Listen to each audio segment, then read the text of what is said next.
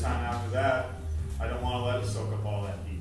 And the reason is, every time we soak up to this, you know, upper level of heat, all of a sudden our grain structure goes from being pretty fine to getting pretty large, okay? And when it's large, it's not, you know, a good quality, it's too coarse of a grain structure to be a high quality blade.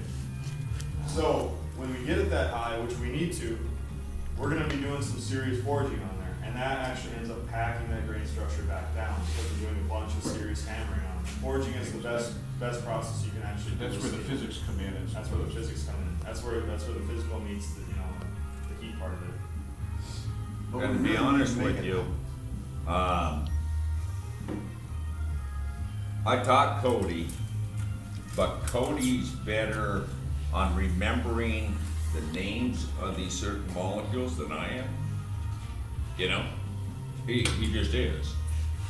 You know, and we both have benefits, you know, which I can do inside out, you know, but he just remembers these names better. But you know the concept, that's important. Yep. Real quick. Well, I know a guy named Martin who's a real closed up, tight kind of guy to talk to. And I always think of Austin, Texas, which is a big kind of open liberal city. That's little tricks. Austin is not liberal, but anyway. Texas isn't, but Austin's good. Real quick, so, but I still think, I mean, working as hard as I did the last 2 days, I still gotta get the damn billet hot, like 2, 3, 3-0, just to lengthen the thing out, otherwise you can't hardly get the thing to move. Yep.